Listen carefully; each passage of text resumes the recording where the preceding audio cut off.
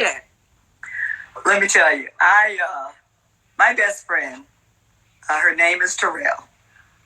And Terrell is the person that, and we've been friends for years. And Terrell is the person that will say to me, she calls me Lovey. Mm-hmm. And she'll say to me, now, Lovey, don't do that. Lovey, don't wear that. Lovey, don't say. And you know what, Sheri? Sometimes I'm mad at her. But what I know is she has my best interests at heart. She loves me. And I love her. I trust her. And I have girlfriends. Look, I'm my husband. You've already mentioned him. He's the mayor of Orange County, and God bless me. I wanted a little girl, but God gave me 3 sons and 4 granddaughters. But there's nothing like your girlfriends, right? When you can share experiences, you can share the heart, you can encourage each other, you can pray for each other. You can curse with them. Mm-hmm. You can pray with them, all in the same meeting if you have to. And having people who have my back and love me just as I am, with all my strengths and my weaknesses, is such a blessing. So to everyone out there with your girlfriends, you can't have a whole lot of them.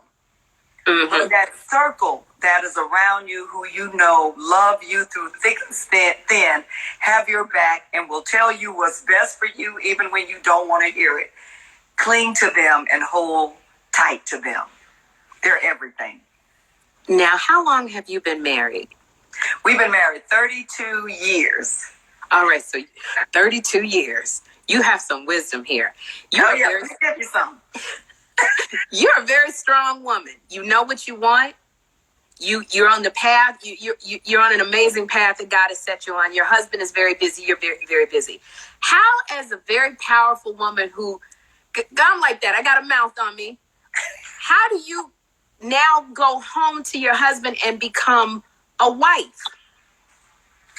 Sheri, let me tell you something. 32 years is a long time. And I met my husband at the police department. It was so funny. I had a roommate. She and I went to the academy together, and we were like, we'll never date police officers, and we'll never certainly marry police officers. And we, But let me say this: I married the only one that I dated. But I got to tell you this quick story. When I met my husband, I was a rookie patrol officer, and he was a detective. And we had a mutual case together, and we disagreed about how that case should be handled. Now, I didn't really know him that well. I'd seen him around the department. And I'd heard from my sergeant at the time that he had a problem with how I handled the case. And so I said, what? Really? So I marched up to his office, the detective, and I basically told him, I said, look, maybe you have forgotten what it's like to do real police work and work hard.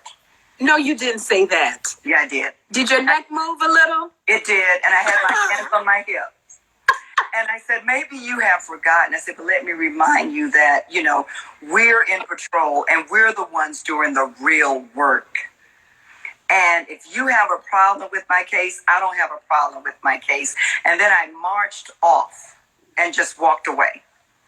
And he later told me, he never said a word, which was so funny, but he later said, who is that big mouth, skinny girl? Who does she think she is? But I am sure, Sheri, that's exactly when he fell in love with me, right?